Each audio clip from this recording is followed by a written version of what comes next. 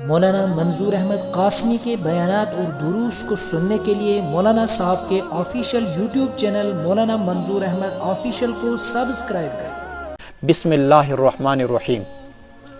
سورۃ الانعام مکیہ، سورہ انعام مکہ مکرمہ میں نازل ہوئی۔ اس میں 166 آیات ہیں، وہی 166 آیا اور 20 رکوع ہیں اس صورت کے اندر۔ حضرت ابن عباس رضی اللہ تعالیٰ عنہ فرماتے ہیں کہ پوری کی پوری صورت ایک ساتھ نازل ہوئی، اور جس وقت یہ صورت نازل ہوئی اس کے جلو میں 70,000 فرشتے تسبیح کرتے ہوئے اترے، اس کو رخصت کرنے کے لیے مکہ مکرمہ کے اندر اتری۔ اللہ تبارک و تعالیٰ نے اس میں توحید کے احکامات کو بیان کیا ہے، اور مشرکوں کے بیجا عقائد کی دھجیاں اڑائی گئی ہیں اس کے اندر، خصوصاً جانوروں کے حوالے سے جو ان کے عقائد تھے۔ انعام عربی میں بولتے ہیں جانوروں کو، اور اسی نسبت سے اس کا نام انعام بھی ہے، چونکہ 8ویں سپارے میں اسی صورت میں آگے جا کر اللہ تبارک و تعالیٰ مشرکوں کے جانوروں کے حوالے سے جو عقائد تھے ان کی دھجیاں اڑائیں گے۔ اللہ تبارک و تعالیٰ ان کے تمام تر رسم و رواج کے پول کھول دیں گے، اس لیے اس صورت کا نام سورہ انعام پڑا ہے۔ بسم اللہ الرحمن الرحیم۔ الحمد للہ الذی خلق السماوات والارض، تمام تر تعریفیں اس اللہ کے لیے جس نے آسمانوں کو پیدا کیا اور زمین کو پیدا کیا۔ وجعل الظلمات والنور، جس نے تاریکیوں کو پیدا کیا اور روشنی کو پیدا کیا۔ ثم الذین کفروا بربہم یعدلون، پھر بھی وہ لوگ جو کہ انکار کرتے ہیں اپنے رب کے ساتھ ہمسر ٹھہراتے ہیں، شریک ٹھہراتے ہیں۔ مجوسیوں کے اندر، پارسیوں کے اندر 2 قسم کے عقائد ہوا کرتے تھے۔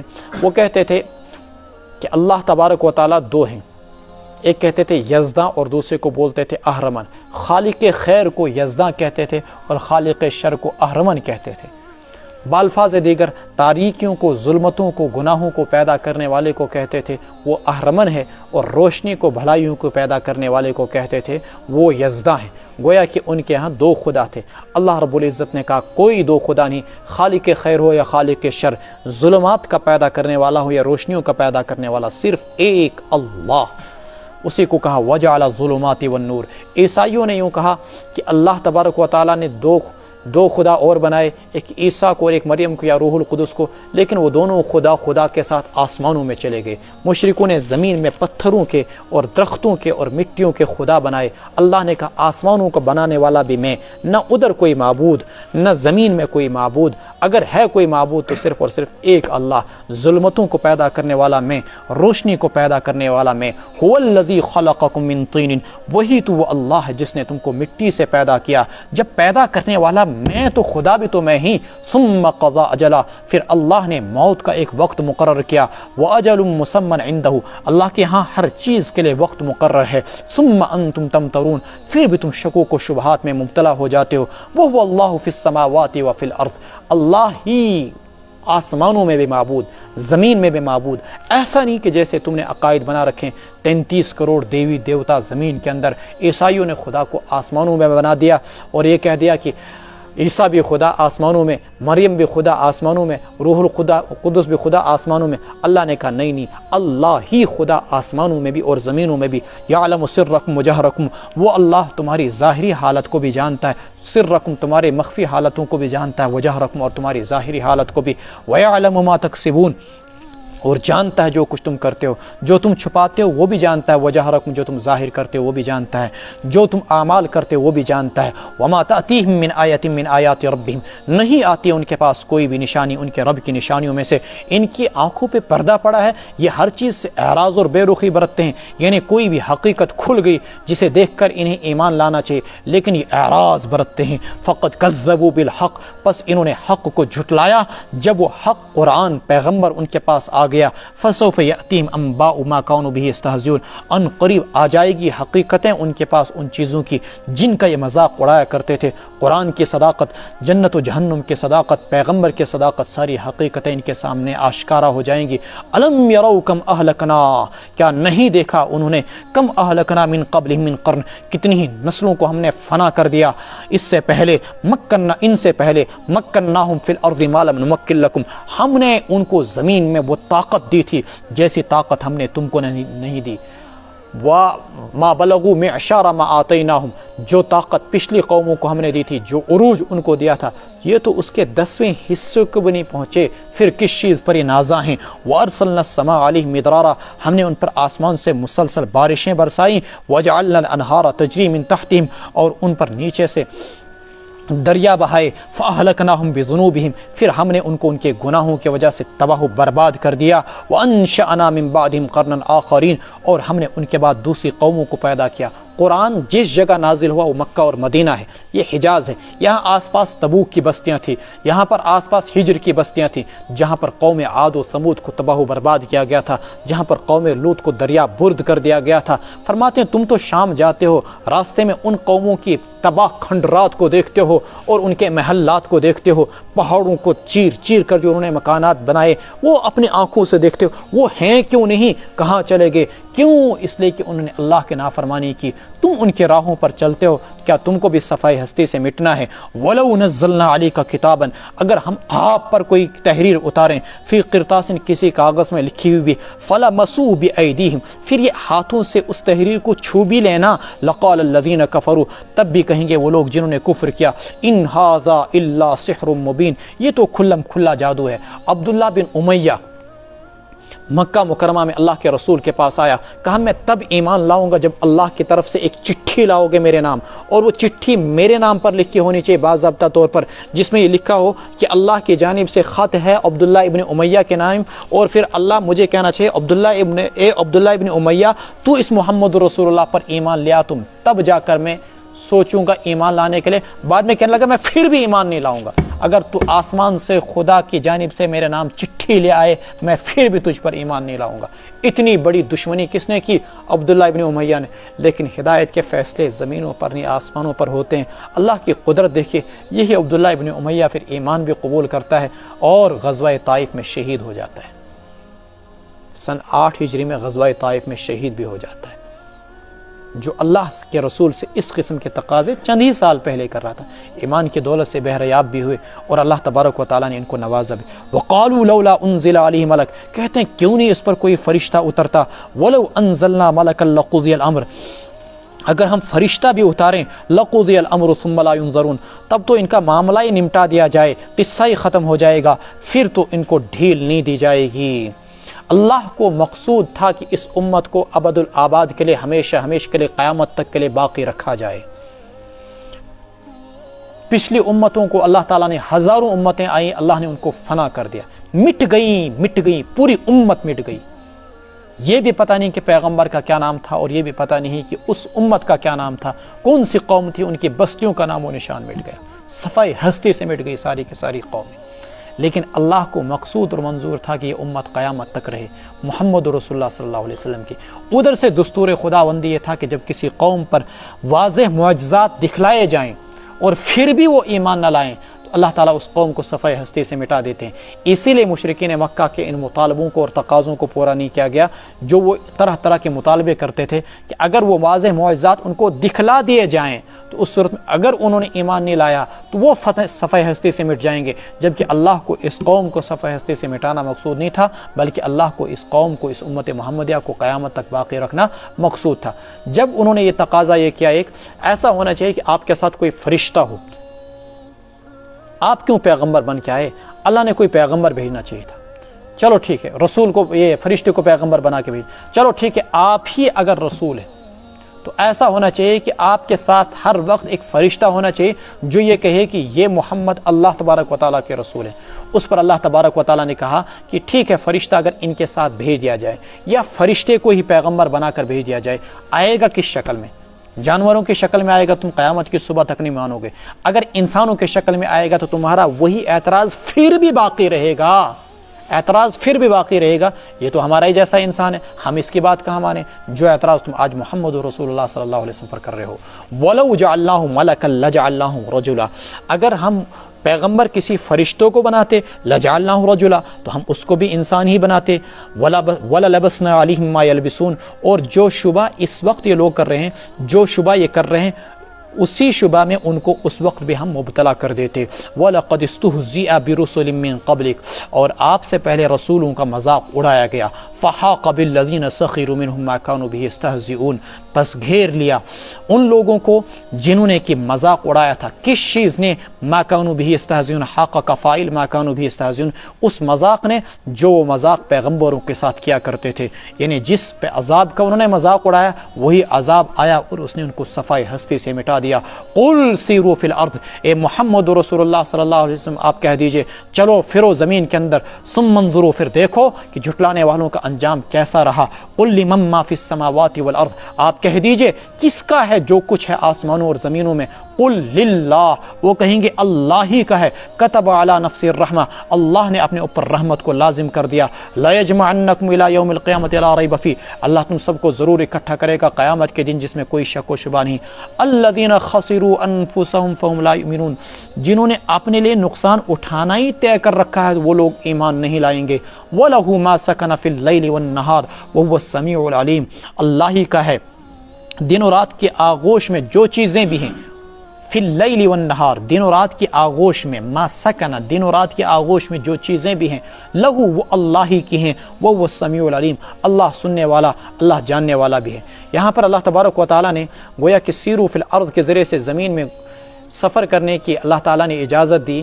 لیکن یہ سفر اگر عبادت کی نیت سے ہو تو ثواب، سیر و تفریح کی نیت سے ہو تو جائز. لیکن انسان اگر اس سفر سے کچھ عبرت کا سامان حاصل کرے، بلا غرض انسان سفر کرے، ات پہ کوشر لچھن مز وتھن اور وندس کی دل گسن کی بنگلور گسن، مقصد کیا ہو کہ نا بہت لچھ روپیے 2 لچھ 10 لچھ اڑاون، فائدہ کچھ نہیں. بیٹھے ہیں دلی کے اندر، بیٹھے ہیں بنگلور کے اندر، کروڑوں اربوں روپیہ یہاں ہمارے کشمیری بھائی جا کر باہر اتارتے ہیں، وہ نہ ضائع کرتے ہیں، فائدہ کچھ بھی نہیں. یہاں سے جموں جائیں گے لاکھوں کی تعداد میں، کیوں جاتے ہو؟ بس پیسے جا رہے ہیں، پیسہ اڑانے کے لیے. اگر سفر کا کچھ مقصد نہ ہو تو فضول اور لایانی پیسہ اڑانا شریعت کے اندر جائز نہیں ہے. قل لمن ما فی السماوات والارض قل للہ کتب علی نفس الرحمہ.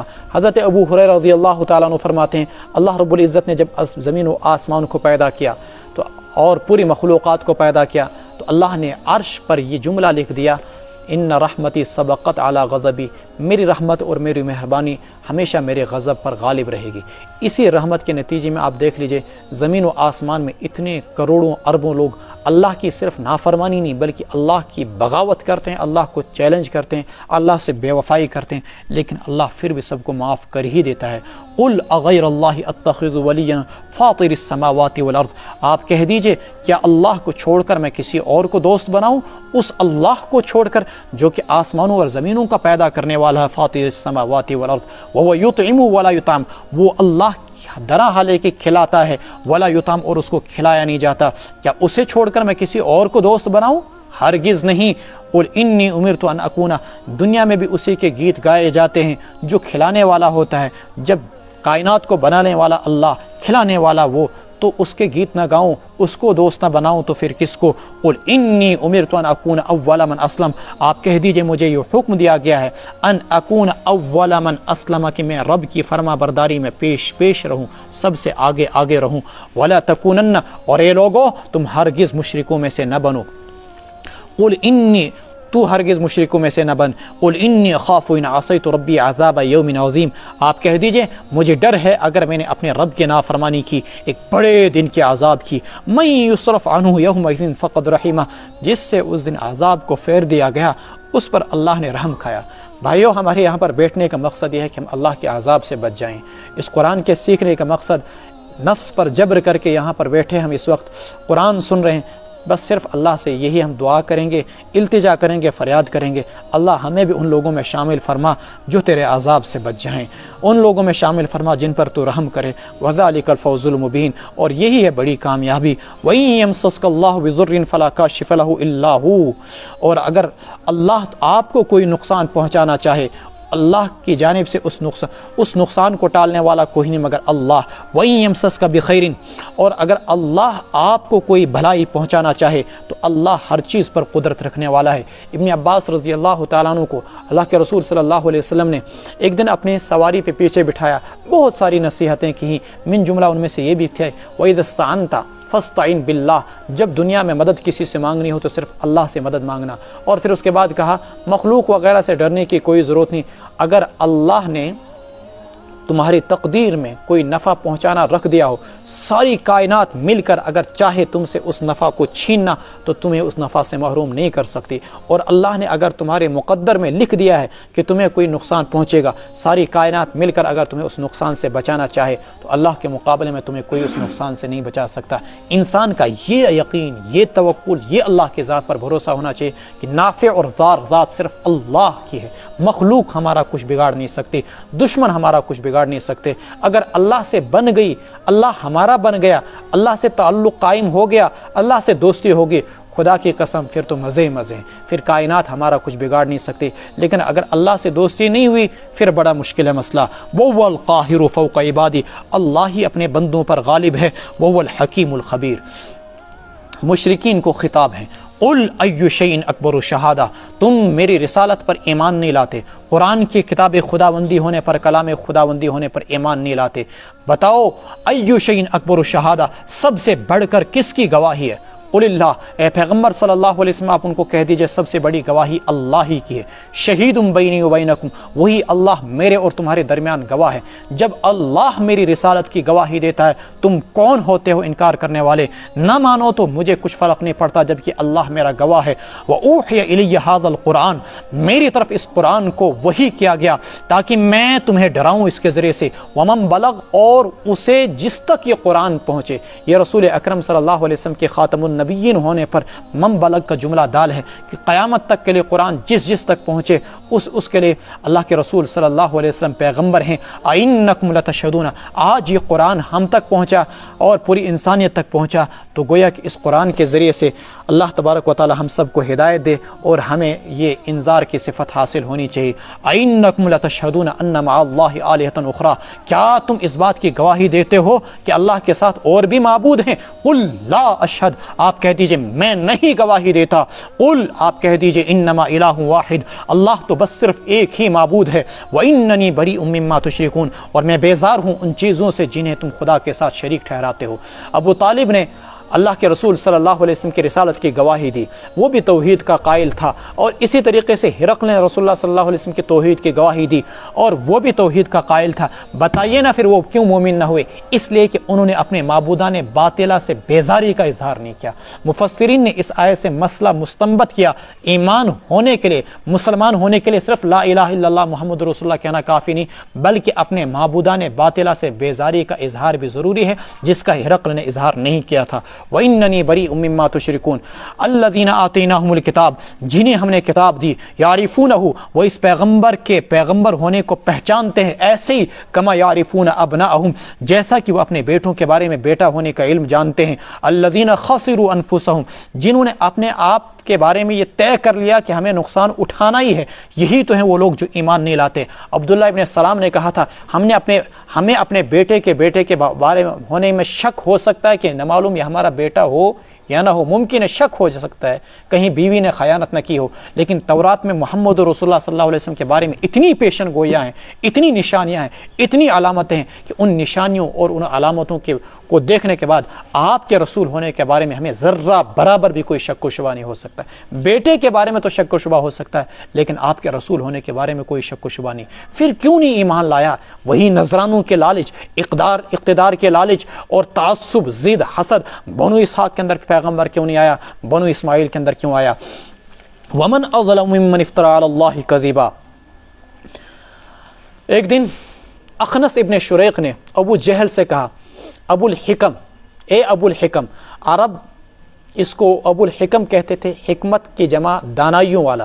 اس کا ابو جہل اسلام کے بعد لقب پڑا، چونکہ یہ سراپا جہالت یعنی دشمنی جو اسلام کے ساتھ اس نے اختیار کی، اس بنیاد پر اس کا نام ابو جہل پڑا، ورنہ اس کو عرب ابو الحکم کہتے تھے۔ ابو جہل اسلام کے انکار کی وجہ سے اس کو نام پڑا ابو جہل۔ تو پوچھا اس کو، اس وقت تیسرا کوئی بات سن نہیں رہا ہے۔ اخرس ابن شریق نے کہا، کیا تمہیں محمد رسول اللہ صلی اللہ علیہ وسلم کی رسالت کے بارے میں کوئی شک ہے؟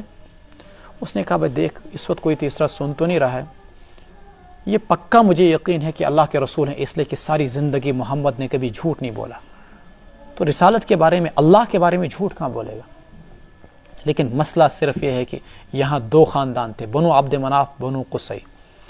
قصی کے بچوں کے پاس خانہ کعبہ کی دربانی، قصی کے بچوں کے پاس حاجیوں کی میزبانی، قصی کے بچوں کے پاس زمزم کے پانی پلانے کی ذمہ داری، قصی کے بچوں کے پاس ساری کے ساری سرداری۔ باقی سارے کے سارے قریش کہاں جائیں گے؟ اللہ کی قسم اب رسالت بھی یہی لے جائیں، ہم نہیں مانیں گے کچھ بھی ہو جائے۔ یہ خاندانی ضد تھی، یتواننچ بھیالہ دشمنی، نہیں مانیں گے ہم کچھ بھی ہو جائے، چاہے جہنم کے آگ میں کیوں نہ جلنا پڑے۔ یہ وہ تعصب تھا جس کی وجہ سے ابو جہل اور بہت سارے مکہ کے سردار ایمان قبول کرنے سے رکے رہے، اور یہی تعصب یہودیوں کے اندر بھی تھا۔ ومن اظلم ممن افترى على الله كذبا، اس سے بڑا کون ظالم ہوگا جو اللہ پر جھوٹ باندھے یا اللہ کی آیات کو جھٹلائے۔ انه لا يفلح الظالمون، یقیناً ظالم لوگ کامیاب نہیں ہوں گے۔ ويوم نحشرهم جميعا، اور جس دن ہم ان سب کو اکٹھا کریں گے، ثم نقول للذين اشركوا، پھر کہیں گے ہم ان لوگوں سے جنہوں نے شرک کیا، اين شركاؤكم الذين كنتم تزعمون، کہاں ہیں تمہارے وہ شریک جن کو تم خدا کے سوا باور کیا کرتے تھے؟ ثم لم تکن فتنتهم، پھر نہیں ہوگا ان کا فریب سوائے اس کے کہ وہ کہیں گے واللہ ربنا ما کننا مشرکین، اللہ کی قسم ہم نہ تھے مگر صرف شرک کرنے والے، اللہ کی قسم ہم صرف شرک کرنے والے تھے، ہم نہ تھے مگر شرک کرنے والے۔ واللہ ربنا، مگر کہیں گے واللہ ربنا، اللہ کی قسم ہم نہیں تھے شرک کرنے والے، ما کننا مشرکین۔ انظر کیف کذبوا علی انفسہم، دیکھے تو صحیح کیسے انہوں نے اپنے ذات کے بارے میں جھوٹ بولا۔ وضل عنہم ما کانوا یفترون، اور جن کے خدا ہونے کی وہ جھوٹی باتیں کہا کرتے تھے وہ سب معبودان باطلہ آج ان سے غائب ہو گئے۔ میدان حشر کا منظر بڑا سنگین ہوگا۔ کچھ روایات میں آتا ہے کہ 50,000 سال کا تو دن ہوگا، لیکن 1,000 سال تک صرف تاریکی ہوگی، جس میں یہ لوگ باتیں بھی نہیں کر پائیں گے۔ جب بعد میں ان کو باتیں کرنے کی اجازت ملے گی تو اس وقت مشرکین جھوٹ بولنا شروع کریں گے، خدا کی قسم ہم نے کبھی شرک کیا ہی نہیں۔ وہ جھوٹ کے آڑ میں اپنے آپ کو عذاب خداوندی سے بچانے کی کوششیں کریں گے۔ اللہ تبارک و تعالی نختم علی افواہہم وتکلمنا ایدیہم، ان کے منہ پر باضابطہ مہر لگا دیں گے، پھر ان کے ہاتھ، اعضاء اور سارے کے سارے جسم کی چیزیں بولنا شروع کریں گے، جس سے کہ ان کا شرک ثابت ہو جائے گا۔ جب ان کا شرک اور جرم ثابت ہو جائے گا پھر قرآن 5ویں سپارے میں کہتا ہے وَلَا يَكْتُمُونَ اللَّهَ حَدِيثًا، پھر یہ بولنا شروع ہو جائیں گے اور اللہ سے کوئی بات نہیں چھپائیں گے، پھر اللہ سے معافی مانگنا شروع کریں گے، لیکن اب ان کی معافی قبول نہیں ہوگی۔ وَمِنْهُمْ مَنْ يَسْتَمِعُ إِلَيْكَ، اسی کو کہا ابتدائی عرصے میں کہیں گے وَاللَّهِ رَبِّنَا مَا كُنَّا مُشْرِكِينَ، خدا کی قسم ہم مشرک نہیں تھے، لیکن بعد میں جب جرم ثابت ہو جائے گا پھر اللہ سے کوئی بات چھپا نہیں پائیں گے۔ وَمِنْهُمْ مَنْ يَسْتَمِعُ إِلَيْكَ، ان میں سے کچھ ایسے ہیں جو آپ کی بات کو بغور سنتے ہیں کان لگا کر۔ وَجَعَلْنَا عَلَىٰ قُلُوبِهِمْ أَكِنَّةً، اور ہم نے ان کے دلوں پر پردے ڈال دیے قرآن کو سمجھنے سے، وَفِي آذَانِهِمْ وَقْرًا، اور ان کے کانوں میں ڈانٹ اور بوجھ ڈال دیا۔ وَإِن يَرَوْا كُلَّ آيَةٍ لَا يُؤْمِنُوا بِهَا، اگر یہ ہر ایک نشانی بھی دیکھ لیں تب بھی یہ ایمان نہیں لائیں گے۔ حتی اذا جاؤک یجادلونک، یہاں تک کہ جب آپ ان کے پاس آئیں گے، یہاں تک کہ جب وہ آپ کے پاس آئیں گے تو وہ آپ سے جھگڑیں گے۔ یقول الذین کفروا، کہتے ہیں وہ لوگ جنہوں نے کفر کیا، ان ھذا الا اساطیر الاولین، یہ تو پہلوں سے منقول کہانیاں ہیں۔ وہم ینہون عن، وہ اس قرآن سے لوگوں کو روکتے ہیں، وینأون عنہ، خود بھی اس سے دور رہتے ہیں۔ وَإِن یہلکون الا انفسہم، وہ اپنے آپ کو ہلاکت میں مبتلا کرتے ہیں، وما یشعرون، سمجھتے نہیں۔ بعض علماء نے کہا کہ نہیں، وہم ینہون عن کا مطلب یہ ہے کہ وہ پیغمبر کا دفاع کرتے ہیں، مثلا ابو طالب آپ کا دفاع کرتے تھے، آپ کو بچاتے تھے، ینہون عنہ، روکتے ہیں آپ سے لوگوں کو کہ میرے بھتیجے کو کوئی نقصان نہ پہنچائے، لیکن ہائے افسوس ینہون عنہ، خود بھی اس ہدایت سے دور رہتے ہیں۔ وَإِن يُهْلِكُونَ إِلَّا أَنفُسَهُمْ وَمَا يَشْعُرُونَ، ابو طالب رسول اللہ صلی اللہ علیہ وسلم کا ساری زندگی دفاع کرتے رہے، لیکن افسوس کہ اللہ کے رسول پر ایمان نہ لا سکے۔ وَلَوْ تَرَىٰ إِذْ وُقِفُوا عَلَى النَّارِ، اور وہ منظر قابل دید ہوگا، وہ لمحہ دیکھنے کے لائق ہوگا۔ اذ وقفوا علی النار، جب ان مشرکوں کو جہنم کے پاس کھڑا کیا جائے گا، فقالوا، تو وہ کہیں گے یا لیتنا، کاش، نرد، ہمیں دنیا میں واپس کر دیا جاتا، ولا نکذب بآیات ربنا، ہم اپنے رب کی آیات کا انکار نہ کرتے، ونکون من المؤمنین، اور ہم اہل ایمان میں سے ہو جاتے۔ بل بدا لهم ما كانوا يخفون من قبل، بلکہ آج ان کے سامنے ظاہر ہو جائیں گی وہ ساری چیزیں جو کچھ وہ اس سے پہلے چھپایا کرتے تھے۔ ولو ردوا لعادوا، قرآن کا یہ جملہ دیکھ لیجئے، رونگٹے کھڑے کے لیے کافی ہے۔ جہنم کی آگ کو دیکھ کر بھی لو ردوا، اگر ان کافروں کو دنیا میں واپس کر دیا جائے، وہاں سے بھی، جیسا کہ کہہ رہے ہیں کہ ہمیں دنیا میں واپس بھیج دیجیے، اللہ فرماتے ہیں اگر ان کو واپس بھی بھیج دیا جائے بالفرض لعادوا لما نہوا عنہ، تو یہ پھر اسی کفر و شرک میں دوبارہ مبتلا ہو جائیں گے جس سے ان کو دنیا میں منع کیا جاتا تھا۔ وَإِنَّهُمْ لَكَاذِبُونَ، اور یہ لوگ جھوٹے، اتنا شدید ان کا کفر ہے اور اتنے بڑے سرکش ہیں۔ وقالو، اور یہ لوگ یوں کہیں گے، ان ہی الا حیاتنا الدنیا، کہتے ہیں آج دنیا میں، وقالو کہتے ہیں، ان ہی الا حیاتنا الدنیا، ہمارے لیے تو بس یہی دنیاوی زندگی ہے، وما نحن بمبعوثین، ہمیں دوبارہ زندہ نہیں کیا جائے گا۔ ولو تری اذ وقفوا علی ربہم، اگر آپ اس منظر کو دیکھیں گے، وہ منظر قابل دید ہوگا جب ان کو اللہ کے سامنے کھڑا کیا جائے گا۔ قال الیس ھذا بالحق، اللہ کہیں گے کیا یہ قیامت اب سچ نہیں ہے جس کے بارے میں تم کہتے تھے متی ھذا الوعد ان کنتم صادقین؟ قالوا بلی وربنا، کہیں گے کیوں نہیں اے ہمارے رب، لیکن آج اقرار کا کوئی فائدہ نہیں۔ قال فذوقوا العذاب بما کنتم تکفرون، اللہ کہیں گے چکھو عذاب کا مزہ اس وجہ سے کہ تم کفر کیا کرتے تھے۔ قد خسر الذین کذبوا بلقاء اللہ، گھاٹے میں پڑ گئے، نقصان میں پڑ گئے وہ لوگ جنہوں نے اللہ کی ملاقات کو جھٹلایا، قیامت کو جھٹلا دیا۔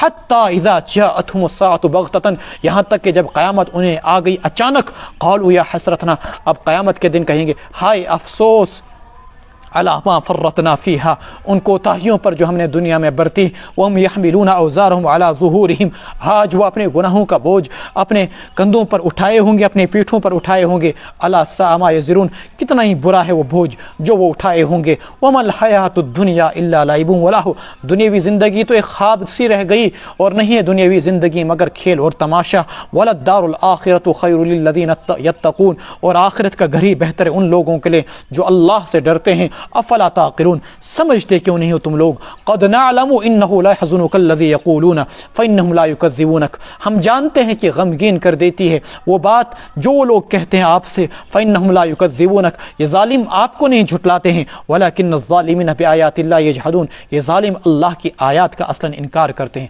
ابو جہل نے ایک دن رسول اللہ صلی اللہ علیہ وسلم سے آ کر کہا ہم آپ کی تکذیب نہیں کرتے ہیں، لیکن ہم چونکہ آپ نے ساری زندگی ہم سے سچ ہی بولا، ہم اس قرآن کی تکذیب کرتے ہیں، ہم اس وحی کو جھٹلاتے ہیں جس قرآن اور جس وحی کو لے کر آپ آئے، اسی پر یہ آیت اتری، یہ ظالم ان کی یہ باتیں آپ کو بڑی غمگین کر دیتی ہیں لیکن یہ آپ کی تکذیب نہیں کرتے، یہ ظالم در حقیقتاً اللہ کی آیات کا انکار کرتے ہیں۔ وَلَقَدْ كُذِّبَتْ رُسُلٌ مِّن قَبْلِكَ، یا رسول اللہ آپ مغموم نہ ہوں، پہلی آپ یہ دعوت کی راہ ہے، یہ دین کی راہ ہے، یہ ایسا نہیں جیسے آج ہم مولویوں کو باضابطہ سٹیج پر بلایا جاتا ہے، خوش آمدید اور مرحبا کے پوسٹر اور بینر لگے ہوتے ہیں، ویلکم اور مرحبا باضابطہ پر راستے میں پھول نشاور کیے جاتے ہیں اور بڑے عالیشان گدے اور تکے ہوتے ہیں، اور پھر ہم دین کی دعوت لوگوں کو دیتے ہیں۔ اللہ کی قسم پیغمبروں کو دین کی دعوتیں ایسی نہیں، ان کے راہوں میں تو کانٹے بچھائے گئے، ان کو تو گالیاں کھانی پڑی، ان کی تو بات سننے ہی کے لیے کوئی تیار نہیں تھا۔ وَلَقَدْ كُذِّبَتْ رُسُلٌ مِّن قَبْلِكَ، یہ رسالت کی راہیں، یہ دعوت کی راہیں، یہ نبوت کی راہیں جدا ہیں اور جھٹلایا گیا آپ سے پہلے رسولوں کو۔ فَصَبَرُوا عَلَى مَا كُذِّبُوا، انہوں نے صبر کیا اس چیز پر جو ان کو جھٹلایا گیا۔ وَأُوذُوا، اور ان کو تکلیف دی گئی یہاں تک کہ آئی ان کے پاس ہماری مدد۔ وَلَا مُبَدِّلَ لِكَلِمَاتِ اللَّهِ، اللہ کے فیصلوں کو کوئی بھی تبدیل کرنے والا نہیں۔ وَلَقَدْ جَاءَكَ مِن نَّبَإِ الْمُرْسَلِينَ، آپ کے پاس رسولوں کے حالات آئے، اس لیے ہم نے وہ بیان کیا کہ آپ ان حالات سے سبق حاصل کر کے جیسے انہوں نے صبر کیا آپ بھی انہی کی طرح صبر اور استقامت کے راہوں پر چلیں۔ وَإِن كَانَ كَبُرَ عَلَيْكَ إِعْرَاضُهُمْ، اے پیغمبر صلی اللہ علیہ وسلم کیا کریں آپ اگر یہ ایمان نہیں لاتے؟ وَإِن كَانَ كَبُرَ عَلَيْكَ إِعْرَاضُهُمْ، اگر آپ کو ان کا اعراض کرنا، ان کا حق کو قبول نہ کرنا، ان کا بے رخی کرنا گراں گزرتا ہے، فَإِنِ اسْتَطَعْتَ، تو اگر آپ سے ہو سکتا ہے أَن تَبْتَغِيَ نَفَقًا فِي الْأَرْضِ، آپ تلاش لیں زمین کے اندر کوئی سرنگ، او سلمن فی السماء، یا کوئی سیڑھی آسمانوں میں جس کے ذریعے سے آپ آسمانوں میں چڑھیں، فَتَأْتِيَهُمْ بِآیَةٍ، پھر آپ ان کے پاس کوئی نشانی لے آئیں، پھر یہ ایمان قبول کریں تو ایسا آپ کر گزریں۔ لیکن بالفرض اگر آپ زمینوں میں کوئی سرنگ تلاشیں، آسمانوں سے کوئی نشانی اتار لیں، چونکہ ان کے دلوں میں عناد اور سرکشی بھری ہوئی ہے، یہ تب بھی ایمان نہیں لائیں گے۔ وَلَوْ شَاءَ اللَّهُ لَجَمَعَهُمْ عَلَى الْهُدَىٰ، اگر اللہ چاہتا تو زبردستی سب کو ہدایت پر اکٹھا کرتا، اگر اللہ چاہتا ان سب کو ہدایت پر اکٹھا کر دیتا، لیکن زبردستی تو مقصود ہے ہی نہیں۔ فَلَا تَكُونَنَّ مِنَ الْجَاهِلِينَ، آپ نادانوں میں سے نہ بنے۔ انما یستجیب الذین یسمعون، انسان کے اندر طلب کا جذبہ موجود ہونا چاہیے جس سے کہ یہ لوگ عاری ہیں۔ انما یستجیب الذین، یقیناً قبول کرتے ہیں وہی لوگ، آپ کی بات کو جو کہ سنتے ہیں دل کے کانوں سے، والموتى یبعثهم اللہ، مردوں کو اللہ ہی قیامت کے دن زندہ کریں گے، پھر ان سب کو اللہ ہی کی طرف واپس کیا جائے گا۔ وقالو، یوں کہتے ہیں، لولا نزل علیہ آیۃ من ربہ، کیوں نہیں اس پیغمبر پر کوئی نشانی اس کے رب کی جانب سے اتاری دی جاتی؟ قل، آپ کہہ دیجئے، ان اللہ قادر علی ان ينزل آیہ، اللہ اس بات پر قدرت رکھتا ہے کہ وہ کوئی نشانی اتارے، ولکن اکثرهم لا يعلمون، لیکن اکثر لوگ نہیں جانتے، یعنی نشانی اور معجزے کے انجام سے واقف نہیں۔ جو بات پیچھے آ گئی، اگر معجزہ اتار لیا گیا تو پھر تمہارا صفحہ ہستی سے مٹ جانا طے ہے اگر ایمان قبول نہیں کرو گے، اس لیے اللہ کوئی نشانی ایسی نہیں اتارتا جیسے کہ پچھلی قوموں میں اتاری گئی، جیسے کہ مثلا حضرت صالح علیہ السلام کے لیے اونٹنی وغیرہ۔ وما من دابۃ فی الارض ولا طائر یطیر بجناحیہ الا امم امثالکم، نہیں ہے کوئی جانور زمین میں چلنا پھرنے والا، کوئی چوپایا، ولا طائرین، اور نہیں ہے کوئی پرندہ جو اپنے پروں کے ذریعے سے ہواؤں میں اڑتا ہو، الا امم امثالکم، مگر وہ سب تمہاری جیسی مخلوقات ہیں، ان سب کو بھی اللہ کے بارگاہ میں حاضر ہو کر کل قیامت کے دن حساب دینا ہوگا، اور تم کو بھی اللہ کے بارگاہ میں حاضر ہو کر حساب دینا ہوگا، تمام چوپائیوں کو، تمام تر پرندوں کو۔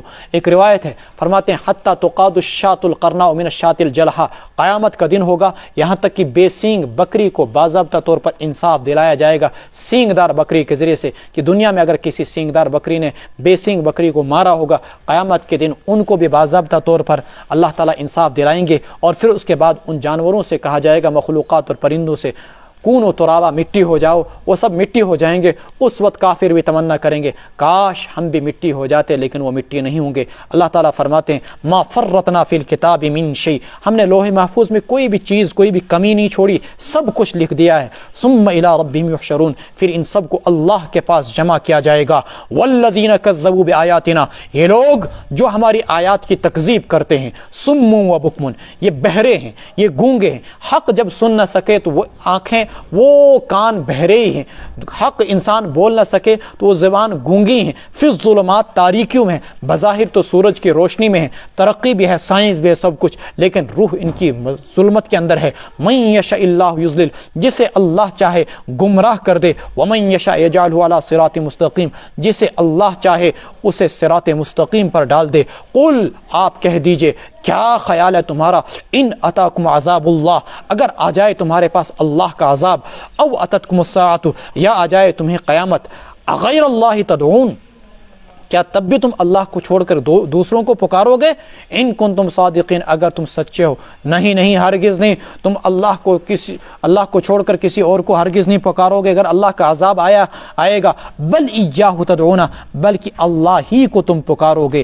فیکشف ما تدعون الیہ، پس جس مصیبت کے سلسلے میں تم اللہ کو پکار رہے ہو، اللہ ہی اس مصیبت کو دور کرتا ہے انشاء، اگر وہ چاہے۔ وتنسون ما تشرکون، اور مصیبت کی گھڑی میں جن معبودان باطلہ کو تم خدا کے ساتھ پکارا کرتے تھے، ان سب کو تم بھول بیٹھتے ہو، اس وقت تم کو صرف خدا ہی یاد آتا ہے۔ وَلَقَدْ أَرْسَلْنَا إِلَىٰ أُمَمٍ مِّن قَبْلِكَ فَأَخَذْنَاهُم بِالْبَأْسَاءِ وَالضَّرَّاءِ لَعَلَّهُمْ يَتَضَرَّعُونَ فَلَوْلَا إِذْ جَاءَهُم بَأْسُنَا تَضَرَّعُوا وَلَكِن قَسَتْ قُلُوبُهُمْ وَزَيَّنَ لَهُمُ الشَّيْطَانُ مَا كَانُوا يَعْمَلُونَ،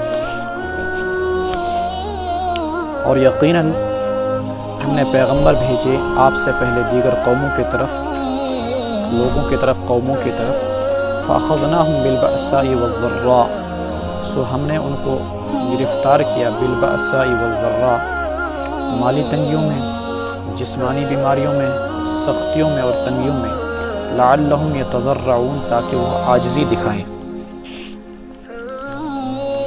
فلولا اذ جاءہم بأسنا تضرعوا، بس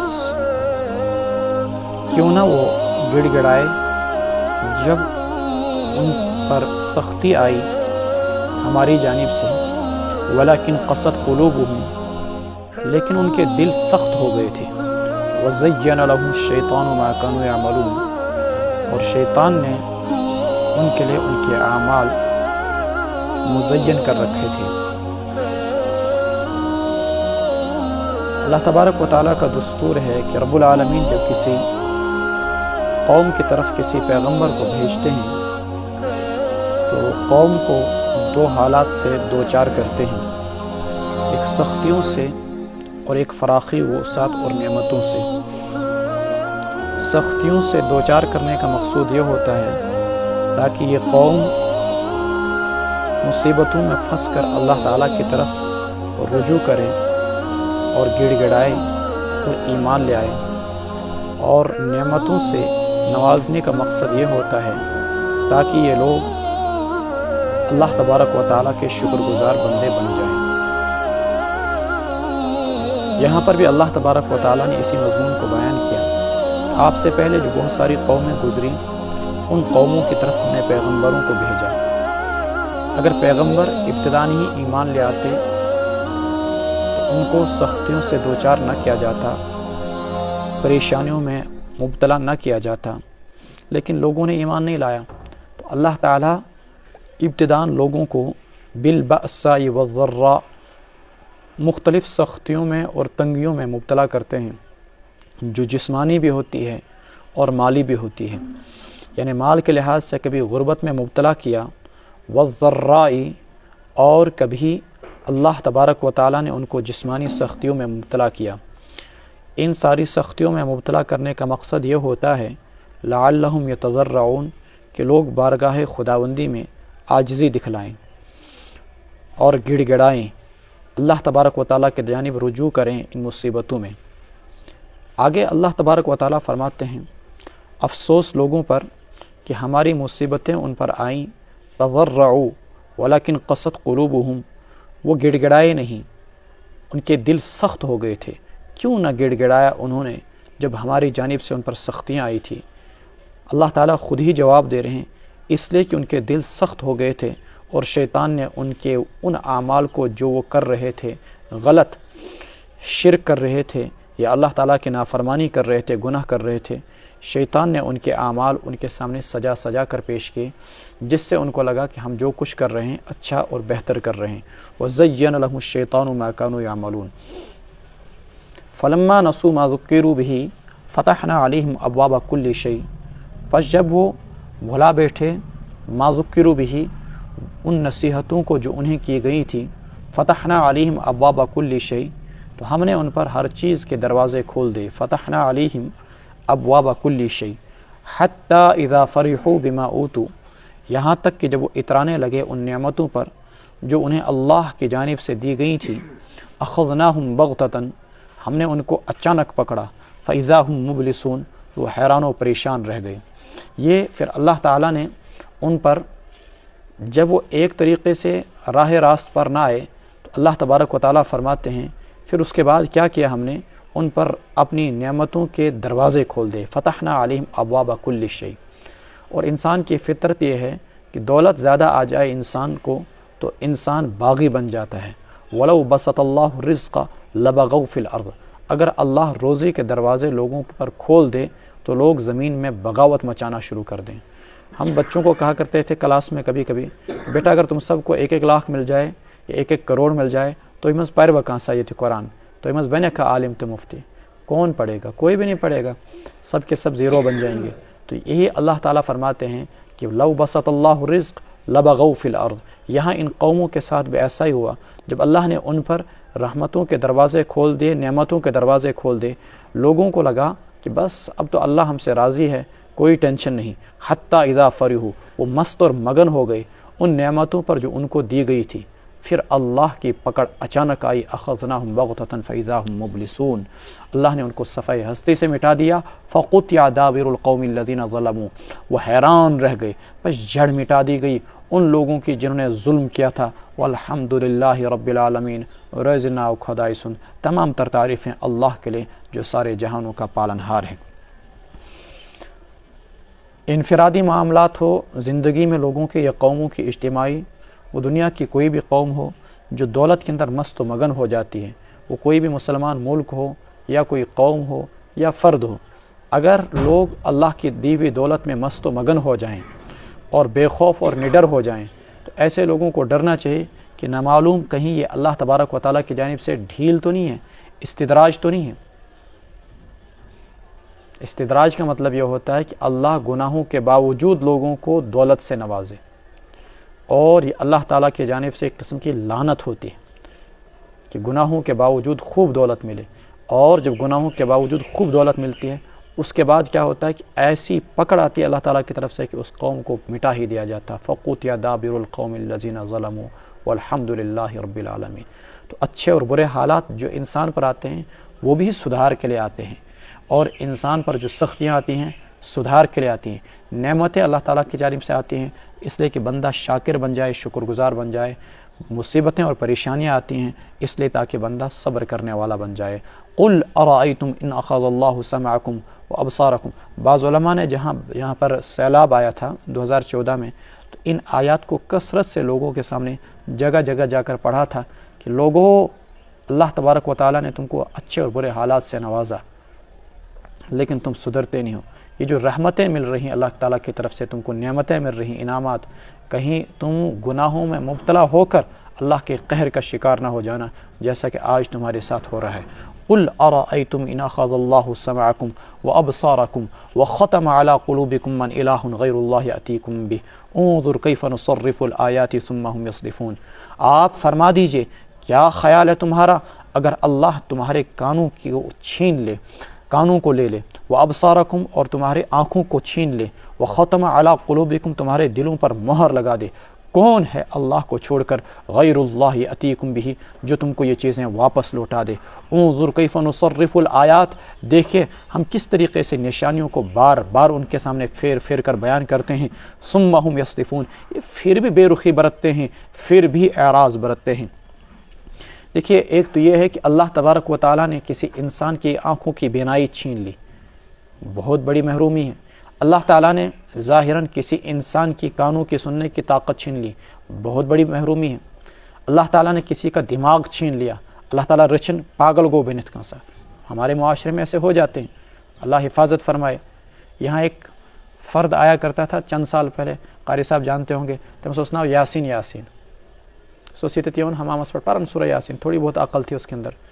تو اس کے بھائی بتا رہے تھے کہ اللہ نے اس کو مکمل قوت گویائی سلب کر لی، اللہ نے اس کو چلنے کی طاقت سے سلب کر لیا، چل نہیں سکتا ہے، بستر پر بیٹھ کے وہیں پیشاب کر دیتا. یہی حیدر پورہ کا یہ واقعہ، ابھی زندہ ہے وہ بندہ.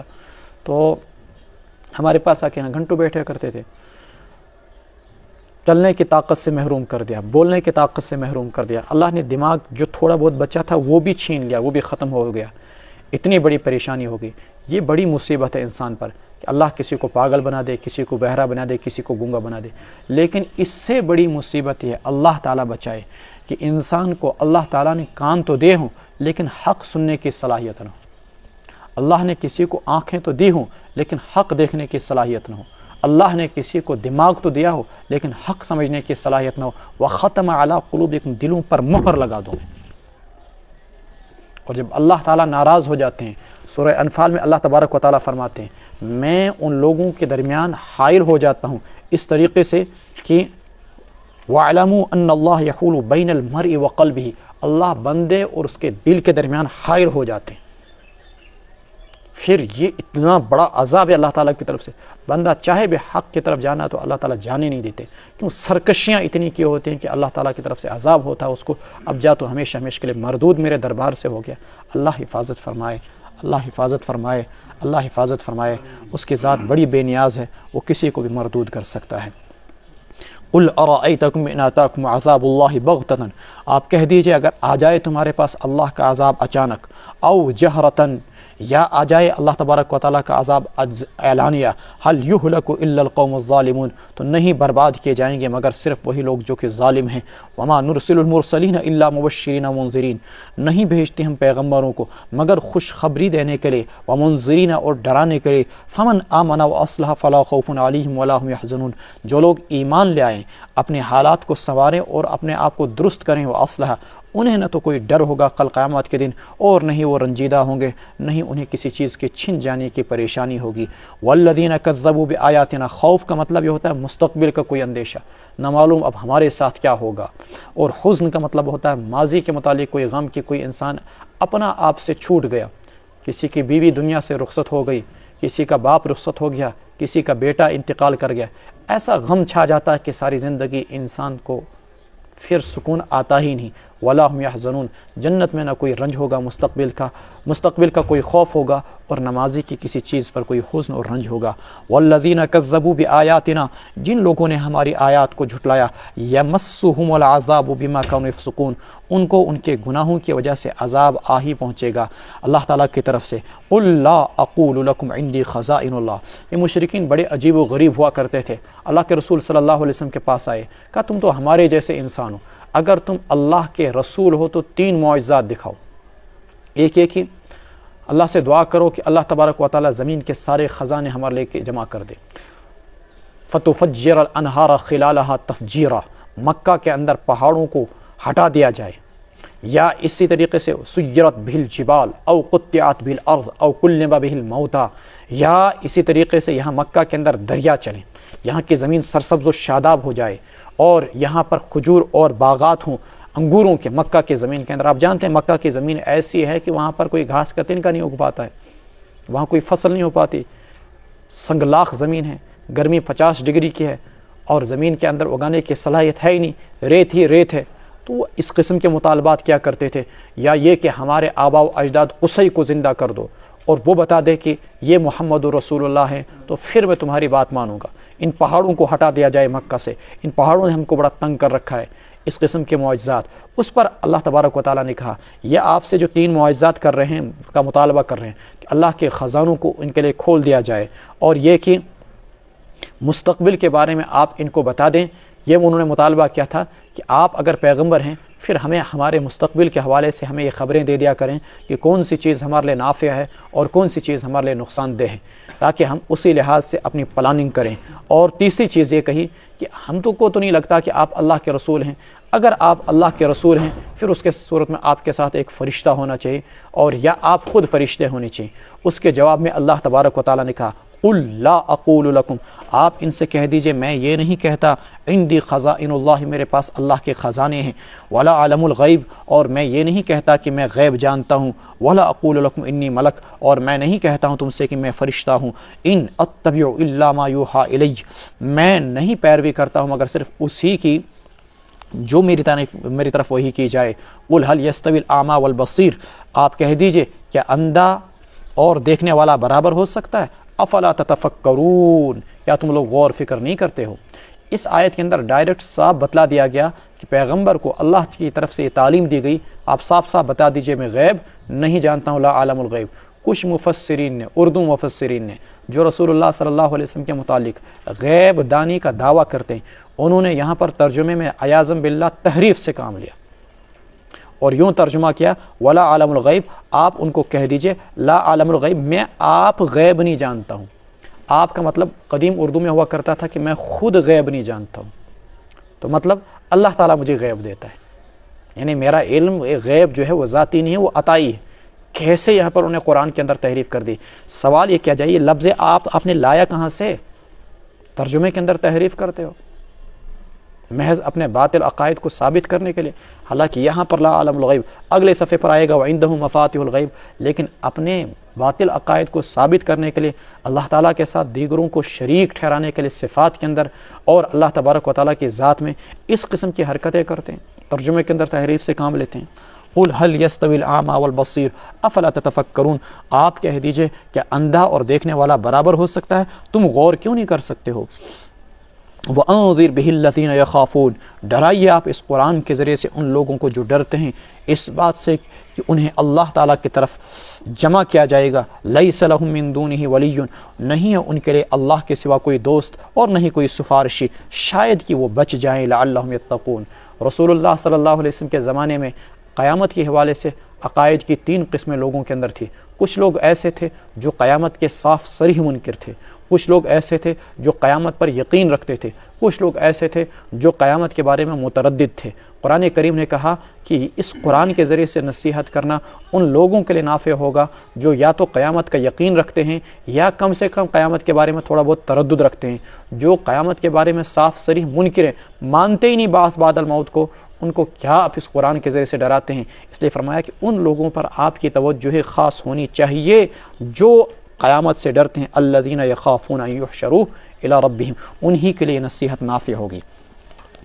وَلَا تَطْرُدِ الَّذِينَ يَدْعُونَ رَبَّهُمْ بِالْغَدَاةِ وَالْعَشِيِّ يُرِيدُونَ وَجْهَهُ، نہ آپ ہٹائیں ان لوگوں کو جو اپنے رب کو پکارتے ہیں صبح و شام اور وہ اللہ کے خوشنودگی کے طلبگار ہیں. یریدون وجہ ما علیک من حسابہم من شیء وما من حسابک علیہم من شیء، نہ آپ پر ان کی جواب دہی ہے اور نہ ان پر آپ کی جواب دہی ہے. فتطردہم، کہ آپ ان کو ہٹائیں. فتکون من الظالمین، تو ہو جائیں آپ زیادتی کرنے والوں میں سے. بارگاہ رسالت مآب صلی اللہ علیہ وسلم میں بڑے بڑے یہ فرعون اور مکہ کے ابو جہل حاضر ہوئے، اور اسی طریقے سے بڑے بڑے سردار. آپ صلی اللہ علیہ وسلم کے پاس اس وقت حضرت عمار ابن یاسر، حضرت بلال حبشی رضی اللہ تعالیٰ عنہ، حضرت خباب ابن ارت رضی اللہ تعالیٰ عنہ، حضرت صہیب رومی رضی اللہ تعالیٰ عنہ، یہ حضرات موجود تھے. چونکہ اسلام سے پہلے یہ لوگ ان کے غلام رہ چکے تھے. وہ کہنے لگے یہ کیا چھوٹے چھوٹے لوگوں کو آپ اپنے پاس بٹھاتے ہیں، آپ ان کو اپنے مجلس سے ہٹا دیں، ان کو ہٹا دیں تو تب ہم سوچ سکتے ہیں آپ پر ایمان لانے کے بارے میں. اللہ کے رسول صلی اللہ علیہ وسلم نے کہا یہ تو ہرگز نہیں ہو سکتا کہ میں ان کو اپنے آپ یہاں سے ہٹا دوں. انہوں نے کہا چلیے پھر اچھا دوسرا کام کیجئے، جس وقت ہم آپ کے پاس آیا کریں گے اس وقت آپ ان کو مجلس سے برخاست کر دیا کریں. حضرت فاروق اعظم رضی اللہ تعالیٰ عنہ بھی ایمان لا چکے تھے. انہوں نے بھی سوچا شاید اسلام کو تقویت پہنچ جائے، ان مخالفتوں کے طوفان اور آندھیوں میں کسی قسم کا کوئی فرق آ جائے، تھماؤ آ جائے، جماؤ آ جائے، اگر یہ ایمان قبول کر لیں. انہوں نے بھی اللہ کے رسول صلی اللہ علیہ وسلم کو مشورہ دے دیا، یا رسول اللہ جس وقت آئیں تو اگر 2 منٹ کے لیے آپ ان کو ہٹا دیں تو کوئی حرج نہیں، شاید اسی طریقے سے ایمان لائیں. تو اللہ کے رسول صلی اللہ علیہ وسلم نے ارادہ کیا کہ ٹھیک ہے جس وقت تم آیا کرو اس وقت یہ سائیڈ ہو جایا کریں گے، ہم ان کو سائیڈ کر دیا کریں گے. اس پر فوراً اللہ تبارک و تعالیٰ کی طرف سے آیت اتری، آپ پر کسی کو مسلمان بنانا کوئی فرض اور ذمہ داری نہیں ہے، آپ کا کام تو صرف اور صرف یہ ہے کہ ان تک اللہ تعالیٰ کا پیغام پہنچائیں. لیکن دوسرے متکبروں کو اپنے سے قریب کرنے کے لیے مخلصوں کو دور کر دیا جائے، یہ اچھی بات نہیں. مخلصوں کو دور نہیں کیا جانا چاہیے، ان کی قدر کی جانی چاہیے جنہوں نے تب ایمان لایا جبکہ یہ سب آپ پر پتھر مارا کرتے تھے، آپ کو گالیاں دیا کرتے تھے. اور پھر قرآن کریم کے اندر دوسری جگہ اللہ کے رسول صلی اللہ علیہ وسلم کو کہا گیا وَاصْبِرْ نَفْسَكَ مَعَ الَّذِينَ، آپ ان کے ساتھ اپنے آپ کو روکے رکھے، بٹھائیے رکھے جو اپنے رب کو صبح اور شام پکارتے ہیں. يَدْعُونَ رَبَّهُمْ بِالْغَدَاةِ وَالْعَشِيِّ يُرِيدُونَ وَجْهَهُ مَا عَلَيْكَ مِنْ حِسَابِهِمْ مِنْ شَيْءٍ وَمَا مِنْ حِسَابِكَ عَلَيْهِمْ مِنْ شَيْءٍ، آپ ان کو نہ ہٹائیں اپنی محفل سے، آپ پر ان کی جواب دہی نہیں ہے اور نہ آپ پر ان کی جواب دہی ہے کہ آپ ان کو ہٹائیں. فَتَكُونَ مِنَ الظَّالِمِينَ وَكَذَلِكَ فَتَنَّا بَعْضَهُمْ بِبَعْضٍ، اور اسی طریقے سے ہم نے ان میں سے بعض کو بعض کے ذریعے سے آزمائشوں میں ڈالا تاکہ یہ کہیں اہؤلاء من اللہ علیہم من بیننا، کیا یہی ہیں وہ لوگ جن پر اللہ نے احسان فرمایا ہمارے درمیان. یعنی یہ سوچتے تھے چونکہ ہم بڑے سردار ہیں، ہم مالدار ہیں، اگر ہدایت کوئی اچھی چیز ہے تو وہ پہلے ہم کو ملنی چاہیے، اس لیے ان قسم کی متکبرانہ باتیں کہا کرتے تھے. اہؤلاء من اللہ علیہم من بیننا، یہی ہیں وہ لوگ جن پر اللہ نے احسان فرمایا ہمارے بیچ. الیس اللہ بعالم بالشاکرین، کیا اللہ تبارک و تعالی نہیں جاننے والے قدردانوں کو. وَإِذَا جَاءَكَ الَّذِينَ يُؤْمِنُونَ بِآيَاتِنَا، فاروق اعظم رضی اللہ تعالیٰ عنہ نے چونکہ مشورہ دیا تھا تو انہیں فوراً احساس ہو گیا جب قرآن کی آیت اتری تو اللہ کے رسول کی بارگاہ میں حاضر ہوئے. یا رسول اللہ مجھ سے غلطی ہوئی، ایسا مشورہ دے کر میں معذرت چاہتا ہوں، میں اپنی غلطی کی معافی مانگتا ہوں. اس پر یہ آیت اتری اور دیگر سبھی مومنوں کے بارے میں کہ جب یہ اہل ایمان آئیں تو آپ ان کو خوش آمدید کہیں. وَإِذَا جَاءَكَ الَّذِينَ يُؤْمِنُونَ بِآيَاتِنَا، جب آئیں آپ کے پاس وہ لوگ جو ہماری آیات پر ایمان رکھتے ہیں. فَقُلْ سَلَامٌ عَلَيْكُمْ، آپ کہیں ان سے کہ سلامتی ہو تم پر. كَتَبَ رَبُّكُمْ عَلَى نَفْسِهِ الرَّحْمَةَ، اللہ نے تمہارے رب نے اپنے اوپر رحم کرنا، مہربانی فرمانا لازم کر دیا ہے. انه من عمل منکم سوءا بجہالۃ، جو بھی شخص تم میں سے کسی گناہ کا ارتکاب کرے گا نادانی میں، ثم تاب من بعدہ، پھر وہ اس کے بعد توبہ کرے اور سنوارے اپنے حالات کو، وَأَصْلَحَ فَأَنَّهُ غَفُورٌ رَحِيمٌ، تو اللہ کی ذات ہے بخشنے والی بڑی مہربان. وَكَذَلِكَ نُفَصِّلُ الْآيَاتِ، اور اسی طریقے سے ہم کھول کھول کر آیات کو بیان کرتے ہیں اور تاکہ مجرموں کا راستہ واضح ہو جائے. وَلِتَسْتَبِينَ سَبِيلُ الْمُجْرِمِينَ، حضرت ابن عباس حضرت سلمان فارسی رضی اللہ تعالیٰ عنہ فرماتے ہیں تورات کے اندر لکھا ہے کہ اللہ تبارک و تعالیٰ نے اپنی رحمت کے 100 حصے کیے. کتنے؟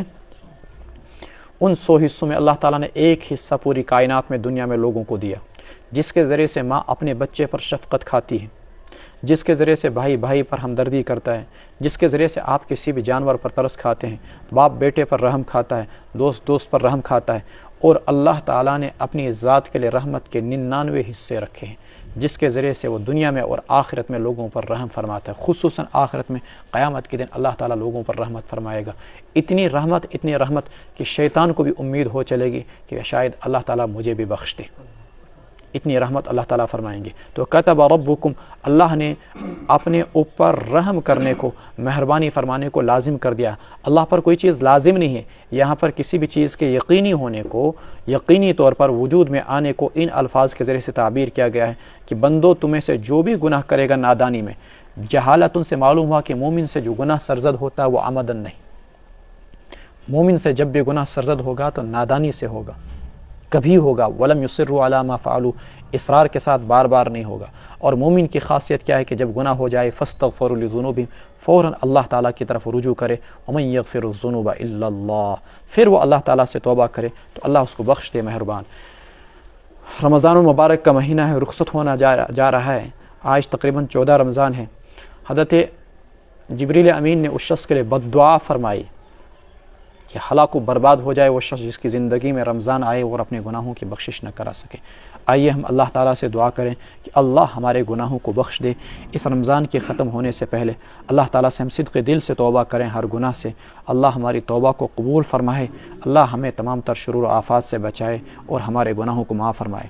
نہیں تو اللہ کے رسول نے جو آمین کہا ہے کہ ہلاک ہو جائے وہ شخص، ہماری ہلاکت میں پھر کوئی شک نہیں اگر ہماری بخشش نہ ہوئی۔ قل انی نہیت ان اعبد الذین تدعون من دون اللہ، آپ کہہ دیجئے میں روک دیا گیا ہوں اس بات سے کہ میں عبادت کروں ان لوگوں کی جنہیں تم پکارتے ہو اللہ کو چھوڑ کر۔ قل لا اتبع اہواءکم، آپ کہہ دیجئے نہیں میں پیروی کرتا تمہاری خواہشات کی۔ قد ضللت اذا، اگر میں تمہاری خواہشات کی پیروی کروں تب تو میں بھٹک گیا۔ وما انا من المہتدین، اور نہیں ہوں میں اس صورت میں راہ راست پر چلنے والوں میں سے۔ قل انی علی بینۃ من ربی، آپ کہہ دیجئے میں ہوں اپنے رب کی جانب سے واضح نشانی پر۔ وکذبتم بھی، یعنی ہدایت کے راستے پر، اسلام پر، قرآن پر، اور تم نے اس قرآن کی تکذیب کی، تم نے اس اسلام کی تکذیب کی۔ وکذبتم بھی ما عندی ما تستعجلون بھی، وہ جلدی مچایا کرتے تھے۔ ویقولون متی ھذا الوعد ان کنتم صادقین فأتنا بما تعدنا ان کنت من الصادقین اللهم ان کان ھذا هو الحق من عندک فامطر علینا حجارۃ من السماء، خدایا اگر یہ قرآن سچا ہے تو آسمان سے ہم پر پتھروں کی بارش برسا۔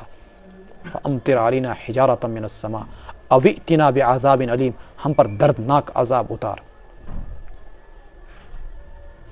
تو اس کا جواب اللہ تعالیٰ نے دیا کہ آپ ان سے کہہ دیجئے جس عذاب کے بارے میں تم جلدی مچا رہے ہو اس عذاب کی چابی میرے پاس نہیں۔ ما عندی ما تستعجلون بھی، عذاب کس کو بھیجنا یہ اللہ تبارک و تعالیٰ کا کام ہے۔ ان الحکم الا للہ، فیصلہ اور بادشاہت تو اللہ ہی کی ہے۔ یقص الحق، اللہ ہی حق بیان کرتا ہے۔ وہ خیر الفاصلین، اور وہی سب سے بہترین فیصلہ کرنے والا ہے۔ قل لو ان عندی ما تستعجلون به، آپ کہہ دیجئے اگر ہو میرے پاس وہ چیز جس کے بارے میں تم جلدی مچاتے ہو، لقضی الامر بینی و بینکم، تب تو میرے اور تمہارے درمیان فیصلہ ہو ہی چکا ہوتا۔ واللہ اعلم بالظالمین، لیکن اللہ ظالموں کو خوب جاننے والا ہے۔ یعنی اگر عذاب کا اتارنا میرے بس میں ہوتا تو میں تو بشر ہوں، میں تو انسان ہوں، تمہارے بار بار تقاضوں سے تنگ آ کر میں تم پر عذاب نازل کر ہی دیتا، لیکن یہ اللہ ہی کی ذات ہے جو حلیم ہے، جو بردبار ہے۔ تمہارے بار بار عذاب کے تقاضوں کے باوجود اللہ تم پر عذاب نہیں اتار رہا ہے۔ میرے ہاتھ میں ہوتا لقضی الامر بینی و بینکم، تب تو تمہارا معاملہ نمٹ چکا ہوتا۔ وعنده مفاتیح الغیب لا یعلمها الا هو، اللہ ہی کے پاس ہیں غیب کی ساری کنجیاں، لا یعلمها، غیب کی کنجیاں، نہیں جانتا ان غیب کی کنجیوں کو کوئی بھی مگر اللہ ہی۔ ویعلم ما فی البر والبحر، اللہ ہی جانتا ہے جو کچھ خشکی میں ہے اور جو کچھ تری میں ہے۔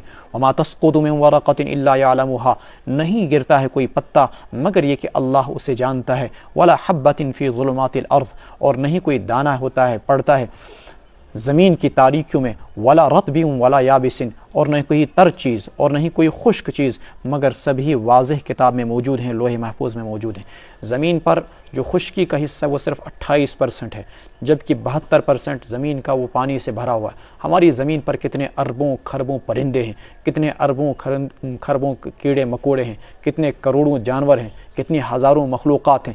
اللہ سب کو جانتا ہے۔ یہ زمین ہے کتنا؟ 1/3، جبکہ سمندر اس سے 2 گنا مزید زیادہ، یعنی 3 گنا بڑا۔ اس کے اندر جتنی اربوں ہزاروں مخلوقات ہیں، اللہ تبارک و تعالیٰ ان ساری مخلوقات کو، سارے جانوروں کو جانتے ہیں۔ ما فی البر والبحر۔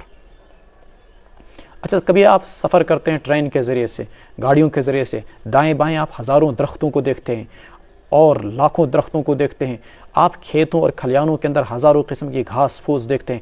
اللہ سب کو جانتا ہے۔ وما تسقط من ورقۃ الا یعلمها، ایک ایک پتے تک کا اللہ تبارک و تعالیٰ کو علم ہے۔ اگر ہمارے گھر کے سامنے صرف ایک درخت ہو اور اس کے پتوں کا حساب لگانے کے لیے ہم کو رکھ دیا جائے، ہم نہیں رکھ سکتے، لیکن اللہ کو سب کچھ معلوم۔ زمین کی تری کے اندر، خشکی کے اندر کیا چیزیں ہیں، ولا حبۃ فی ظلمات الارض ولا رطب ولا یابس، سب اللہ کے علم میں ہیں۔ وہو الذی یتوفاکم باللیل، وہی وہ اللہ ہے جو رات میں تم کو عارضی موت دیتا ہے۔ ویعلم، اور وہی اللہ ہے جو جانتا ہے، ما جرحتم بالنہار، جو کچھ تم دن میں کرتے ہو۔ ثم یبعثکم فیہ لیقضی اجل مسمی، پھر اللہ تعالیٰ دن میں تم کو دوبارہ اٹھاتا ہے، لیقضی اجل مسمی، تاکہ متعینہ ٹائم کو پورا کیا جا سکے۔ ثم الیہ مرجعکم، پھر اللہ ہی کی طرف تمہاری واپسی ہوگی۔ ثم ینبئکم، پھر اللہ تم کو جتلا دے گا، بتلا دے گا جو کچھ تم کیا کرتے تھے، بما کنتم تعملون، جو کچھ تم کیا کرتے تھے۔ موت کو یہاں پر اللہ تبارک و تعالیٰ نے، نیند کو اللہ تعالیٰ نے یہاں پر اللہ تعالیٰ نے موت کے ساتھ تشبیہ دی ہے۔ یعنی رات کو جب تم سوتے ہو، جیسے مردے کو کسی چیز کی کوئی خبر نہیں ہوتی، ایسے تم بھی کسی چیز کی خبر نہیں رکھتے ہو۔ مولانا خالد سیف اللہ صاحب رحمانی نے یہاں پر دامت برکاتہ نے یہاں پر ایک مسئلے کا استنباط کیا، کہا یتوفاکم باللیل، اللہ نے یہاں پر نیند کو موت پر قیاس کیا ہے، گویا کہ اس سے باضابطہ طور پر قیاس کے حجت ہونے کا ثبوت ملتا ہے ان لوگوں کے خلاف جو کہ قیاس کا انکار کرتے ہیں۔ وَيَعْلَمُ مَا جَرَحْتُم بِالنَّهَارِ، پھر اللہ تم کو اس موت سے جگا کر دن میں دوبارہ زندہ کرتا۔ ثُمَّ يَبْعَثُكُم، پھر دن میں جو کچھ تم کرتے ہو اللہ تعالیٰ تمہاری ہر حرکت سے باخبر۔ وَيَعْلَمُ مَا جَرَحْتُم بِالنَّهَارِ، یہ کب تک چلتا رہے گا سلسلہ؟ 50 سال، 60 سال۔ کبھی انسان سوچتا ہے، توجہ چاہتا ہوں، انسان سوچتا ہے میں وہ کروں گا، میں یہ کروں گا، میں وہ کروں گا، لیکن زندگی تب تک اس سٹیج پر پہنچ چکی ہوتی ہے کہ انسان کچھ نہیں کر سکتا۔ انسان کو شعور کبھی بعد میں آ کر جاتا ہے۔ آپ میں سے کسی کو شوق پیدا ہو جائے کہ میں اس وقت MBBS کروں، نہیں بھائی اب وہ لمحات گزر چکے ہیں۔ میں KS کروں، میں IAS کروں، نہیں بھائی وہ لمحات گزر چکے ہیں۔ اب تم سکول دوبارہ کہاں جاؤ گے واپس؟ اب کہاں کالج جاؤ گے؟ اب تو تمہارے لمحات، اب LKG UKG پڑھو گے کیا 40 سال میں جا کر؟ اب تم دوبارہ اپنی صلاحیتیں بناؤ گے، اب کچھ نہیں کر سکتے۔ چلو اچھا مستقبل میں کچھ کروں گا، اور کیا کرے گا؟ تیرے 20 سال تو بچی گئے ہوں گے، یا 10 سال، یا پتہ نہیں 10 ہی منٹ بچے ہوں گے۔ اب کیا تو 100 سال کی پلاننگیں کر رہا ہے؟ اب تو صرف اور صرف آخرت کی تیاری کر۔ الکیس من دان نفسہ وعمل لما بعد الموت والعاجز من اتبع نفسہ وہوا وتمنى علی اللہ، عقل مند ہے وہ انسان جو اپنا محاسبہ وقت پر لے لے اور آخرت کی تیاری کر لے، موت کے بعد کی تیاری کرے، اور بے بس ہے وہ انسان جس نے اپنے آپ کو خواہشات کے پیچھے لگا لیا اور اللہ پر آنکھیں موند کر بھروسہ کر بیٹھتا ہے۔ ثم ینبئکم بما کنتم تعملون، اللہ ہی کی طرف تمہاری واپسی، الیہ مرجعکم، ثم الیہ مرجعکم، اللہ ہی کی طرف تمہاری واپسی ہے۔ ثم ینبئکم، اور وقت جب گزر جاتا ہے، زندگی کے جوانی کے لمحات گزر گئے، بچپن کے لمحات گزر گئے، پھر واپس انسان نہیں جا سکتا کہ اب جا کے کچھ کروں، اب میں حافظ بنوں گا، اب میں عالم بنوں گا۔ نہیں بار تیرا ٹائم تو نکل گیا، اب کون سے مدرسے میں تیرا داخلہ ہوگا؟ ثم الیہ مرجعکم ثم ینبئکم بما کنتم تعملون۔ یہاں پر بہت سارے ریٹائر حضرات آتے ہیں، تم تعلیم ہے شیعہ، بڑے آفیسر، سیکٹری، DC، تم تعلیم ہے شیعہ، احساس لے غور کن، احساس لوب نہ کہیں نہ دنیا کر حاصل، تت گئی ریٹائر، تت کر ایک دفعہ وین، نہ دنیا ہی ملی اور نہ وصال صنم، نہ ادھر کے رہے نہ ادھر کے رہے۔ ثم ینبئکم بما کنتم تعملون، اب قرآن کی طرف آ رہے ہو تم اس لمحے میں جب تمہاری زندگی کا اکثر حصہ گزر چکا ہے۔